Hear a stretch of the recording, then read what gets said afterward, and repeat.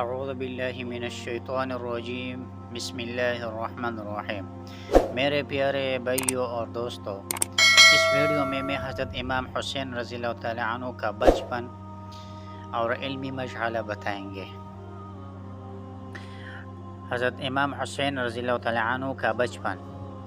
حضرت حسین رضی اللہ تعالیٰ عنہ اپنے بھائی حضرت حسن رضی اللہ عنہ سے بھی 1 سال چھوٹے تھے، اس لیے کہ ان کی عمر حضور صلی اللہ علیہ وسلم کی وصال کے وقت اور بھی کم تھی، یعنی 6 برس اور چند مہینے کی تھی۔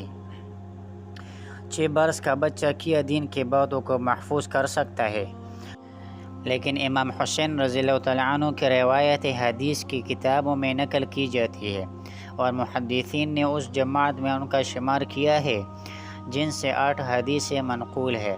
امام حسین رضی اللہ تعالیٰ عنہ فرماتے ہیں کہ میں نے حضور صلی اللہ علیہ وآلہ وسلم سے سنا کہ کوئی مسلمان مرد ہو یا عورت، اس کو کوئی مصیبت پہنچی ہو، پھر وہ عرصہ کے بعد یاد آئے، اور یاد آنے پر پھر وہ انا للہ و انا الیہ راجعون پڑھے، تو اس کو اس وقت بھی اتنا ہی ثواب پہنچے گا جتنا کہ مصیبت کے وقت پہنچا تھا۔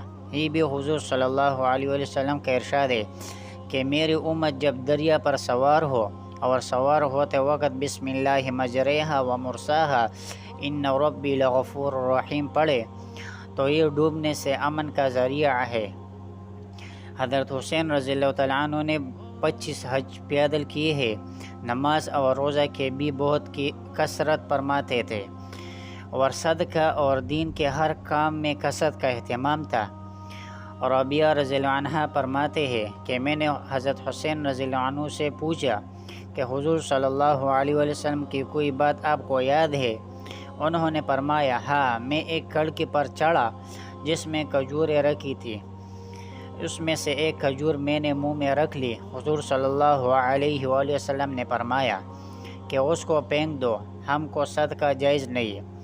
حضرت حسین رضی اللہ تعالیٰ عنہ سے حضور صلی اللہ علیہ وسلم کا ارشاد بھی منقول ہے کہ آدمی کے اسلام کی خوبی یہ ہے کہ بیکار کاموں میں مشغول نہ ہو۔